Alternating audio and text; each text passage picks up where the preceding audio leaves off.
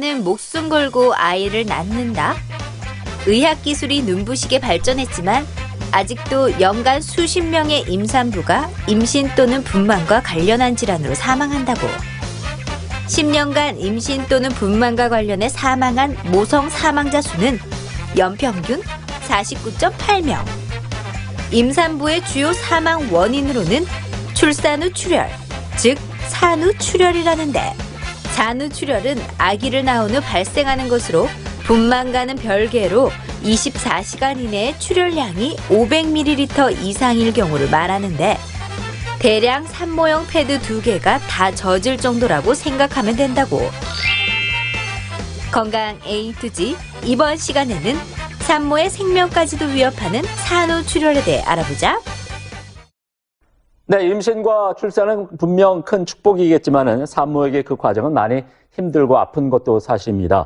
요즘 드라마에서도 출산 과정을 아름답게 그리기만 하기보다는 현실성 있게 그려내고 있습니다. 네, 사실 세상에 많은 엄마들이요, 아이를 낳을 때 목숨을 걸고 낳는다고 해도 과언이 아닐 만큼 아이를 낳다가 사망하는 산모들이 많다고 합니다. 그렇습니다. 건강 A to G 이 시간에는 산후 출혈에 대해서 자세히 알아볼까 합니다. 오늘 도움 말씀 주실 분 나와 계신데요. 산부인과 전문의 구효진 교수께서 나오셨습니다. 안녕하십니까? 네, 안녕하십니까? 안녕하십니까? 많은 임산부들이 이제 그 출산이 임박하게 되면 아기를 만날 기쁨보다는 한때는 또 죽음까지도 생각할 정도로 많은 두려움을 또 느끼고 있다고 합니다. 의료기술이 많이 발전한 요즘에도 아이를 낳다 사망하는 경우도 종종 있나요? 어떻습니까? 네, 그렇습니다. 사망하시는 경우가 있죠. 우리가 그 아기를 낳으러 왔을 뿐인데 사망할 수도 있다고요? 하면 많이 생소하고 놀라울 수 있습니다. 그렇지 않아도 요즘 출산율이 많이 감소했는데요. 매년 출산율이 최저를 기록을 경신을 하고 있습니다. 산모 같은 경우에는 사실 본인을 환자로 잘 인식하지 않기 때문에 두 발로 걸어 들어왔다가 사망할 수도 있다라는 얘기를 들으면 본인도 놀라고 가족들도 매우 놀라는 문제가 되게 됩니다. 그런데 실제로 이 OECD 국가들의 모성 사망비를 통계를 보시면 다음과 같은데요. 평균적으로 OECD 국가들의 모성 사망의 그 명수는 출생아 10만 명당 약 7.8명으로 알려져 있습니다. 우리나라 같은 경우에는 한 13명 정도이기 때문에 OECD 국가 중에서도 수치가 좀 형편없다, 이렇게 말을 할 수가 있죠. 사실 미국 데이터는 저희보다 조금 더 심하다고 볼 수 있는데요. 요거는 이제 미국의 통계가 약 10여 년 정도 이전 것이기 때문에 그런 것도 있지만 좋지는 못하다고 볼 수 있습니다. 그렇지만 이 아래쪽에 일본을 보시면 우리나라의 수치보다 약 한 3분의 1 정도로 모성 사망비가 낮은 것을 볼 수 있거든요. 우리나라가 정말로 더 분발해야 될 부분이 아닌가, 이렇게 느낄 수가 있습니다. 연도별로 모성 사망자 명수를 보게 되면 다음과 같은 양상을 보이고 있습니다. 2000년대 초반만 하더라도 한 60명에서 많게는 80명 정도의 모성이 매년 사망했다 하면은 최근에는 한 30명, 40명 정도로 양호한 결과를 보였습니다. 그런데 불행히도 2017년보다 2018년도에는 이 모성 사망자 수가 약 50%가량 증가한 수치를 볼 수 있습니다. 그래서 어떻게 보면은 의료 기술은 향상했지만 막을 수 있는 부분도 있고 또 막을 수 없는 부분도 있기 때문에 국가적인 차원에서 이 모성 사망자 수를 줄이기 위한 노력이 필요하다, 이렇게 볼 수가 있습니다. 우선 지역별로 모성 사망자 수의 그 추이를 보도록 하겠습니다.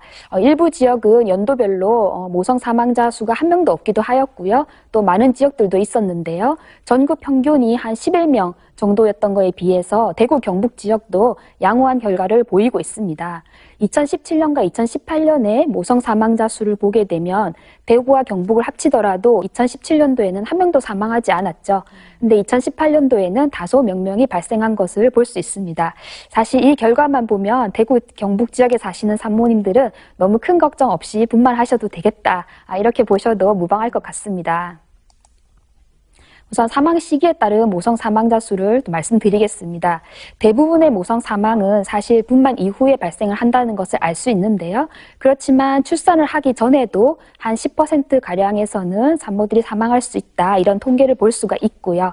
나머지 부분들에서는 약 한 절반 정도는 사실 출산 이후 하루 이내에 산모가 사망할 가능성이 가장 높다, 이런 결과를 표로 보실 수 있습니다.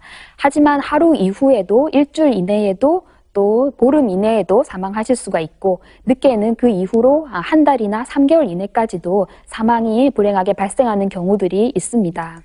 저도 아내가 출산할 때 그 옆에서 있었거든요. 제가 남편이지만 정말 해줄 수 있는 게 없으니까. 그리고 출산하는 과정을 보니까 엄마들이 정말 존경스럽더라고요. 저도 막 울었던 기억이 나요. 네. 교수님, 그런데 임산부의 주요 사망 원인 가운데 하나가 오늘 주제인 이 산후출혈이라고요? 네, 그렇습니다. 우리가 분만 후에 출혈이라는 것에 대해서 알아보면 분만 후에는 이제 24시간 내에 출혈량이 한 1000ml 이상 나오는 것을 정의를 하고 있는데요. 여기 사진을 보시게 되시면 산모용의 패드 또는 우리가 대형 패드를 사용을 하였을 때 이 가운데가 흠뻑 젖는 정도의 출혈이다 하면 100cc 정도를 보고 있고 이 대형 패드가 흠뻑 완전히 앞뒤로 다 젖는 정도다 하면 약 300cc 정도의 출혈이다 이렇게 보고 있습니다. 이 300cc 정도라는 것은 보통 이 종이컵으로 크게 2컵 정도의 분량이라고 보시면 되거든요. 이러한 분만 후 출혈은 굉장히 응급하기 때문에 빠른 그 의료진의 처치가 필요한 상가적 응급입니다. 그래서 전체 분만의 약 1에서 3% 정도에서 발생하는 것으로 되어 있습니다. 이럴 때 어떤 증상이 나타날까요?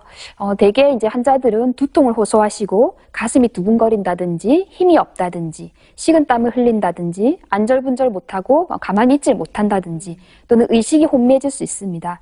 대개 이러한 것들은 이제 빈혈이 있는 환자분에서 나타나는 증상이라고 볼 수 있는데 빈혈은 이제 급성 빈혈과 이제 만성적인 빈혈이 있을 수 있어서 만성적으로 빈혈에 이미 적응이 된 상태라면 이러한 증상을 호소하지 않는 환자들도 많이 있습니다. 그렇지만 산후출혈은 대개 단시간 이내에 많은 양의 급격한 출혈이 유발되기 때문에 이러한 증상이 있는 산모들이 대부분입니다. 증상 이외에 의료진이 측정해서 알 수 있는 징후들로는 혈압이 떨어진다든지 맥박이 급격히 증가한다든지 소변이 잘 나오지 않는다든지 하는 징후들이 생길 수 있습니다.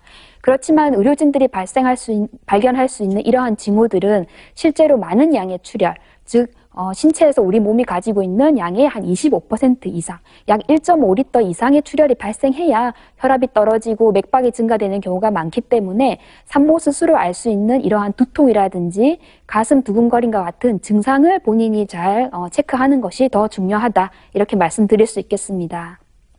네, 산후출혈의 다양한 증상까지 살펴봤습니다. 네. 이번에는 오해와 진실을 통해서 산후출혈에 관한 궁금증을 알기 쉽게 풀어보겠습니다. 네.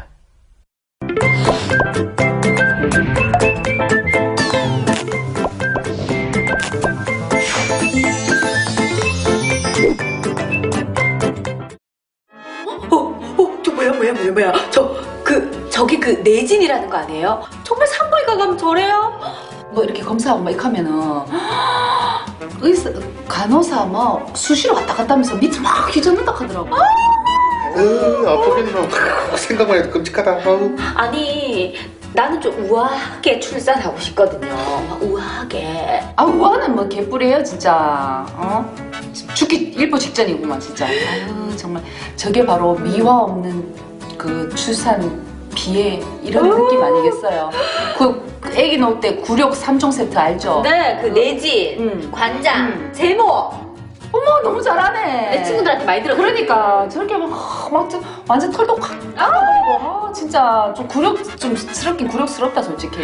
이래 남편이 뭐고 남자친구도 없으면서 무슨 말도 안 돼. 야, 드라마는 드라마일 뿐이다. 감정이입하지 마라. 그나저나 언니 그 여동생 얼마 남지 않았어요? 맞다. 예정이. 네, 그 크리스마스 이브 날일걸요? 예정일이. 우와 좋다.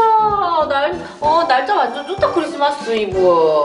잠깐만, 크리스마스 이브는 한 달도 안 남았네 이제. 막달인다 막달. 와, 배. 크리스마스에 가장 큰 선물이 뭐겠노? 이 아기 아니겠나? 그렇지. 하지만 엄마는 너무너무 힘들겠지.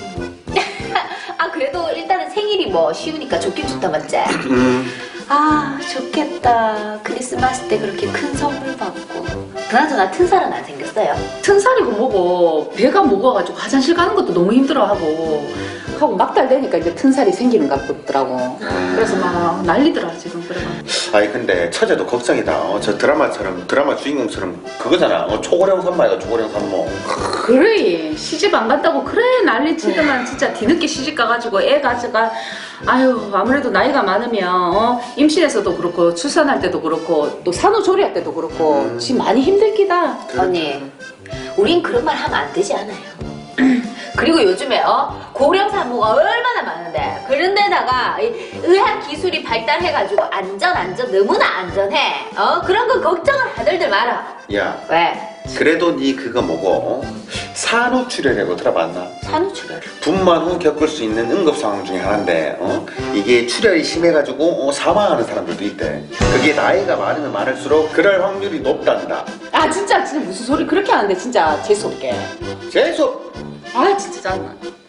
병이잖아. 아 뭐 고령이에요 고령은. 진짜. 아니 그게 아니고 나는 처제가 그냥 걱정되니까 그런 말 하는 거지. 아 조용히 해 진짜. 뭔 소리야 지금. 형부라는 사람이 뭐 산후출혈이니 뭐니 하면서 뭐 끔찍한 소리를 하지 않나 진짜. 이 형부 맞나? 가족 맞나 진짜. 근데 진짜 내 어이가 없어가지고. 근데 언니 나도 내 친구한테 듣고 그런데다가 TV도 보고 인터넷도 이렇게 검색을 해보니까 진짜 그런 사람이 많대요.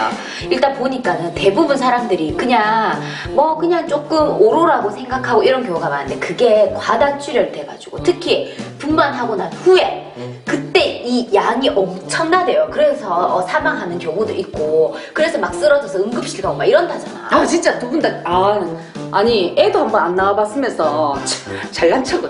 아이고 그럼 자기는 알아봤나? 우리 중에 알아본 사람이 누가 있다고. 참나 뭐. 아이 진짜 맞는 소리만. 한다. 팁시 클리닉 건강365 한다. 우리 한번 보면서 공부해보자니까. 그래. 아이고 딱 마침 오늘 여기에 대해서 하네. 아 잘됐네. 예? 뭐라고? 오해와 진실 첫 번째 질문 드립니다. 네. 산후출혈은 출산 직후에만 발생한다. 네, 두 분 아까 선생님 말씀 잘 들었으면 문제 쉬울 것 같아요. 정답이 O일까요? X일까요? 너무 쉬워요. 저는 우리 교수님 말씀을 잘 듣는 이 모범생이거든요. 정답은 O입니다. O. 왜냐하면 산후출혈이잖아요. 말 그대로요.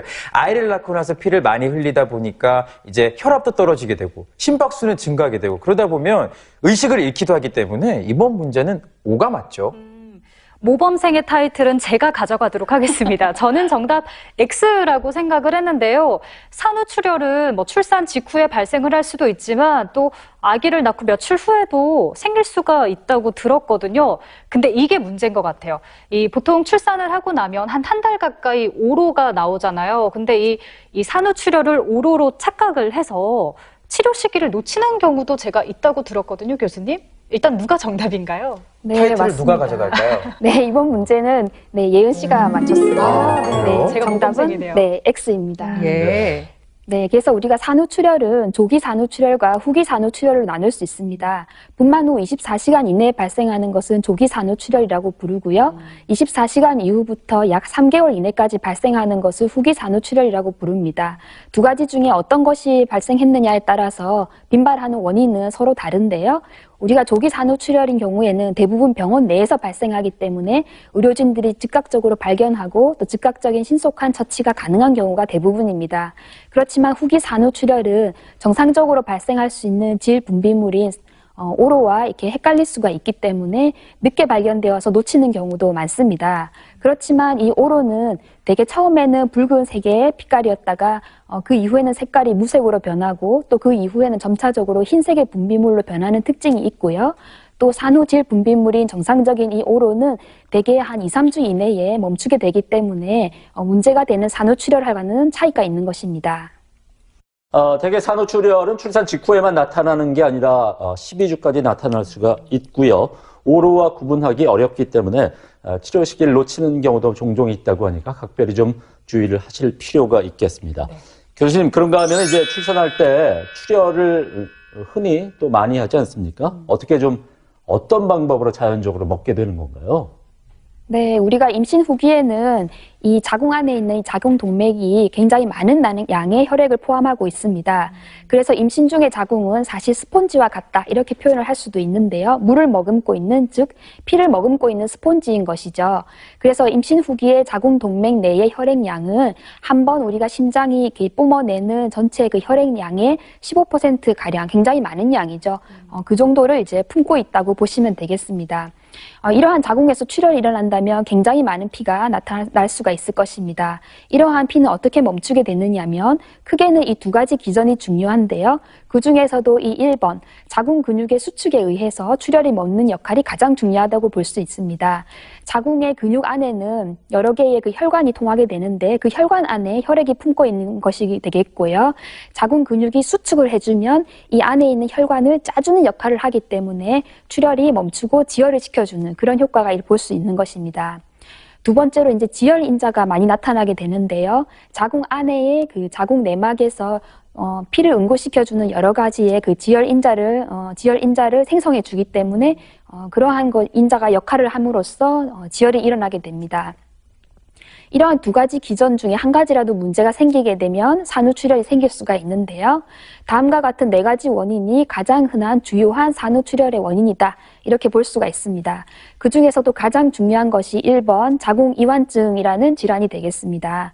자궁이완증은 우리가 방금 말씀드린 대로 이 자궁 근육 안에는 여러 개의 혈관이 있고 근육이 수축하게 되면서 이 혈관을 짜주게 되면서 안에 있는 출혈을 멈추게 되는 효과가 있는데 이렇게 근육이 효과적으로 수축해주지 못하면 안에 있는 혈관이 그대로 퍼진 상태가 되어서 출혈이 계속되게 되는 그런 질환입니다.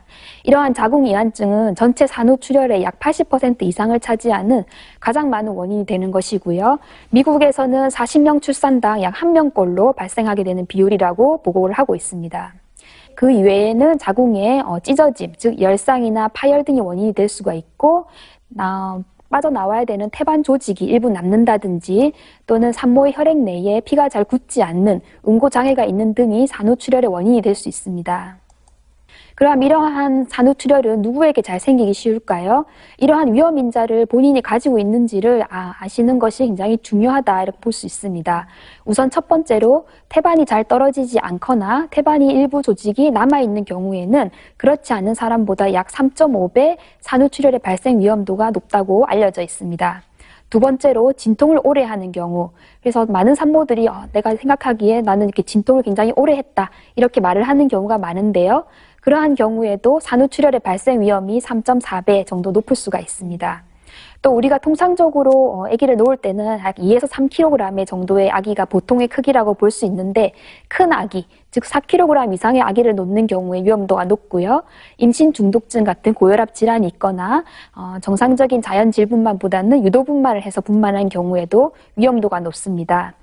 그 외에도 본인 가족들 중에 산후출혈을 겪었던 분이 있다든지 또 산모가 약간의 비만이 있어서 체질량 지수가 약 40 이상으로 높다든지 또 4번 이상의 출산 경험을 여러 번 했다든지 자연 임신이 아닌 난임 시술을 통해서 어렵게 임신이 된 경우에도 발생 위험이 높은 걸로 알려져 있습니다. 그래서 이러한 경우에는 이제 처치의 핵심을 요약해서 보자면 가장 기본적인 게 역시 가장 중요하다고 볼 수 있습니다. 중요한 것은 준비된 진료를 받을 수 있어야 한다는 것인데요. 여기서 말씀드리는 준비된 진료라는 것은 준비된 병원에서 그리고 준비된 의료진이 있어야 한다는 것입니다. 준비된 병원이라는 것은 응급한 상황에서 즉각적인 지혈을 할 수 있는 어떤 시술 그리고 기구 그리고 필요한 그 약품과 장비가 있는 그런 곳에서 진료를 받는 것이 좋겠고요. 두 번째는 출혈이 있다는 것을 빨리 감지해야 됩니다. 왜냐하면 출혈로 인한 사망의 90%는 사실 산후 약 4시간 이내에 발생하는 것이기 때문입니다. 그리고 적절한 처치를 빨리 시행하는 것이 중요하겠고요. 산후출혈에 해당하는 그 처치, 그 대응 응급 매뉴얼대로만 빨리 시행을 하면 사실 출혈이 악화되는 것을 64% 정도에서나 예방할 수 있다고 알려져 있습니다. 네, 이 산후출혈은 사망에 이를 수 있는 응급 상황이잖아요. 그러니까 만약의 상황에 대비해서 미리미리 준비를 좀 해야 할 텐데 교수님, 링거를 꽂는 것도요, 출산을 할 때 이것도 또 하나의 대비책이라고요? 네, 그렇습니다. 링거를 꽂는 것은 사실 굉장히 중요한 대비 중에 하나에 들어가는데요. 사실 이제 산모가 병원에 방문을 하게 되면 의사와 또 간호사, 여러 의료진들이 산모가 가진 위험 요소가 무엇이 있는지를 파악하기 위해서 여러 가지를 이제 질문을 하게 됩니다. 사실 똑같은 것을 반복해서 질문을 하게 되거나 시간이 좀 지체되다 보면 이제 산모와 보호자분들이 굉장히 좀 짜증이 나는 상태가 될 수가 있는데 사실 그것이 굉장히 중요한 진료 과정이다라는 것을 알아주시면 좋을 것 같습니다. 그래서 산모에 가진 위험 요소를 파악하는 것이 어떻게 보면은 산후출혈 출혈을 대비하기 위한 가장 중요한 노력이다 이렇게 보시면 되겠고요.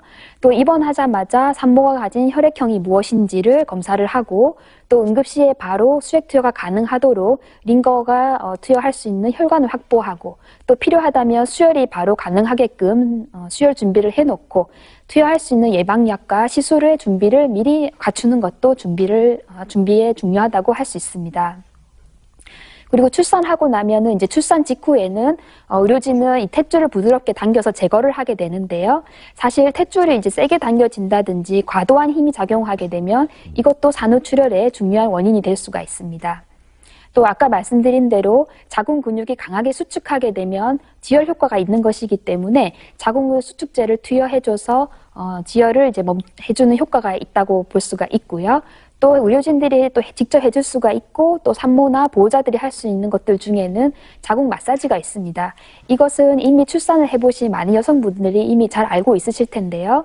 정해진 시간은 없지만 대략 약 2시간 동안 15분 간격마다 자궁을 부드럽게 마사지를 해주면 지혈에 좋은 효과를 볼 수가 있습니다.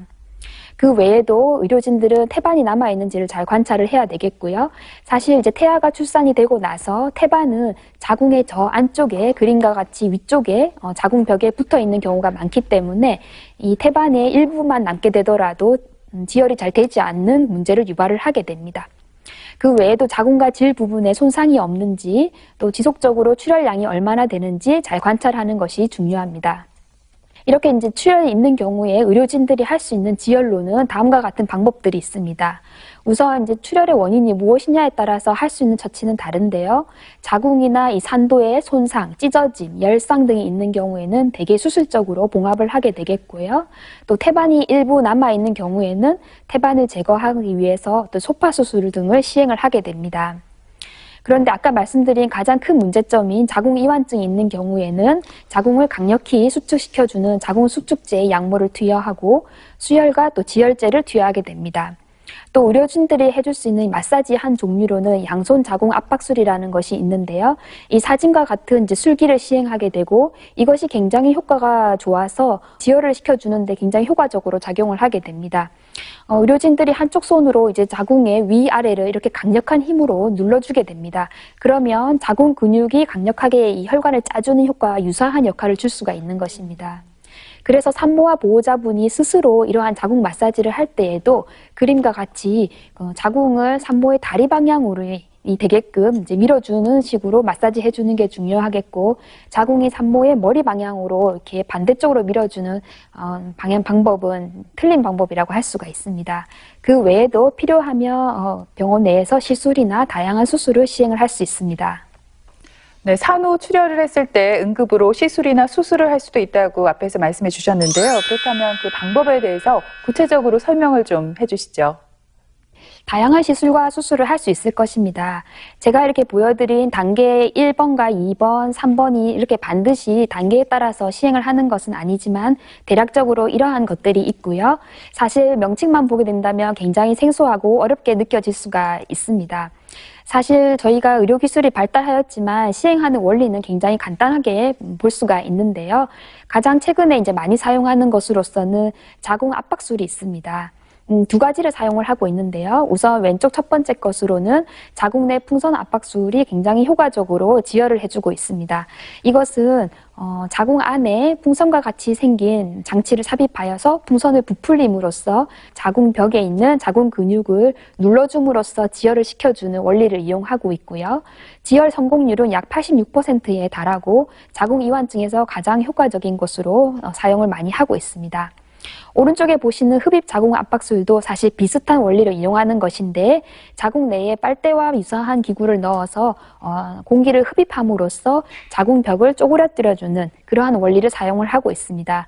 지혈에 해주는 성공률은 약 94%이기 때문에 굉장히 효과적이다라고 볼 수가 있는 것이죠. 두 번째로 최근에 의료기술이 발달하면서 많이 사용하고 있는 방법으로는 자궁 동맥 색전술이 있습니다. 이것은 다리 동맥을 통해서 빨대보다 더 가는 이 카테터 줄을 이제 삽입을 하여서 그것을 쭉 연결하여서 출혈이 되고 있는 자궁 동맥까지 도달한 이후에 출혈이 되고 있는 그 동맥 부분을 약간의 아주 작은 스폰지라든지 어떤 아주 작은 그런 물질들을 쏴서 혈관을 막아주는 그런 시술이 되겠습니다. 한 번만 시술을 하여도 지혈이 되는 확률은 약 89%에 달하고 있고요. 실패하여서 재시행을 하는 경우는 약 4% 정도밖에 되지 않습니다. 그러한 경우에도 실패를 하게 되면 자궁을 절제해야 되는 상황이 발생할 수 있는데 그러한 경우의 확률은 약 7%로 굉장히 낮기 때문에 실제로 자궁을 보존하게 되는 확률이 굉장히 높아지는 것이죠. 이렇게 한다 하더라도 이제 관련된 합병증이 발생할 확률은 3에서 6%로 굉장히 낮습니다. 그리고 혈관을 막아주는 그 물질들은 대개 한 달 이내 되면 자연적으로 녹아서 없어지기 때문에 영구적으로 자궁 상태가 나빠지는 것을 잘 유발하지는 않고 다음번 임신을 안전하게 시도할 수 있게 되는 이유가 됩니다. 사진을 보시면 왼쪽 사진에서는 혈관에서 이제 까맣게 이러한 그 출혈이 있는 것을 볼 수가 있지만 이것을 이제 막아주게 되면 오른쪽 사진에서와 마찬가지로 지혈이 되어서 이제 더 이상 출혈이 많이 없어진 것을 사진으로 볼 수가 있습니다. 다음으로 이제 개복을 하게 되는 경우에는 자궁 압박 보강 수술이라는 것을 저희가 시행을 하고 있는데요. 사진에서 보던 것처럼 이렇게 실로 이렇게 느슨해진 그 자궁을 강력히 여러 번 묶어줌으로써 마치 이제 자궁이 약간의 그 찐빵 모양으로 여러 번 묶어주는 그런 시술이 되겠습니다. 이렇게 해주면 언뜻 생각하기에는 혈액이 통하지 않아서 자궁이 썩거나 괴사되는 것은 아닌가 궁금해하실 수도 있습니다.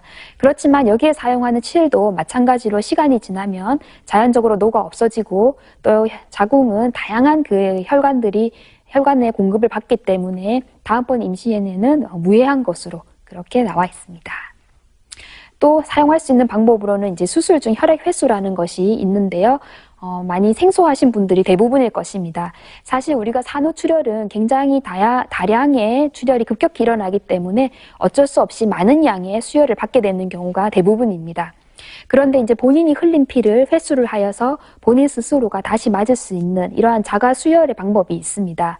그래서 종교적으로 타인의 수혈을 받는 것을 꺼리는 분들이라든지 또는 이제 수혈의 부작용 때문에 수혈을 강력히 거부하시는 분들 같은 경우에는 자기 피를 스스로 다시 수혈을 받는 이러한 자가 수혈 혈액 회수 방법을 신청할 수가 있습니다.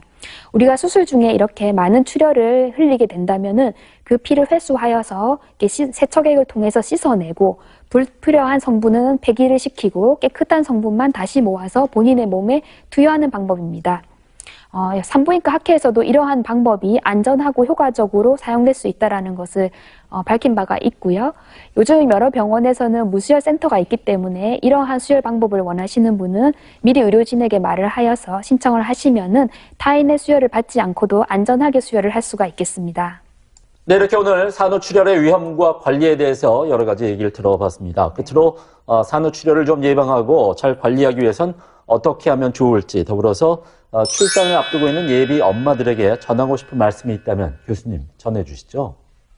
네, 출산을 앞두고 있는 예비 엄마들이 많이 있죠. 요즘 결혼과 임신이 늦어지면서 노산에 따른 산모가 가지고 있는 기저질환의 그 가능성이 높아지고 있는 것 같습니다. 또 출산을 하지 않으려는 사람들도 있고 자녀 한 명만 출산을 하려는 경향도 있기 때문에 이러한 생소한 출산이라는 것에 대해서 굉장히 그 어려움, 많은 걱정을 호소하시는 여성분들이 많이 있습니다. 그렇지만 이제 산후출혈에 대해서는 오늘 알아본 이러한 위험 인자 그리고 예방 관리 방법에 대해서 알고 계시면 큰 도움이 될 것 같고요. 또 개복 수술이 없이도 요즘에는 이 발전된 의료 시술, 채소 침습 시술이라든지 수술이 필요하지 않은 이런 조그만 시술을 통해서도 지혈의 효과가 굉장히 높고 임신력을 유지하여서 향후 임신에는 문제가 없는 그러한 시술들이기 때문에 큰 걱정 없이 너무 많은 두려움은 이제 내려놓으시고 안전하고 행복한 분만 준비를 하시면 되겠습니다. 네, 이렇게 늦은 출산 등으로 인해서 산후출혈 환자가 증가하고 있습니다. 가족력 또는 과거력이 있거나 또 여러 번 출산을 경험했다면은 응급처치가 가능한 산부인과를 선택하시고 위험인자도 잘 관리하시길 바랍니다. 네, 산후출혈을 겪는 임산부가 는 건 사실이지만 네. 비율이 낮기 때문에 너무 걱정하지 마시고요. 네. 출산을 앞둔 우리 예비 엄마들 힘내서 순산하시기 바랍니다. 네. 지금까지 이 시간 도움 말씀에 산부인과 전문의 고유진 교수께서 수고해 주셨습니다. 네. 오늘 말씀 고맙습니다. 고맙습니다. 감사합니다.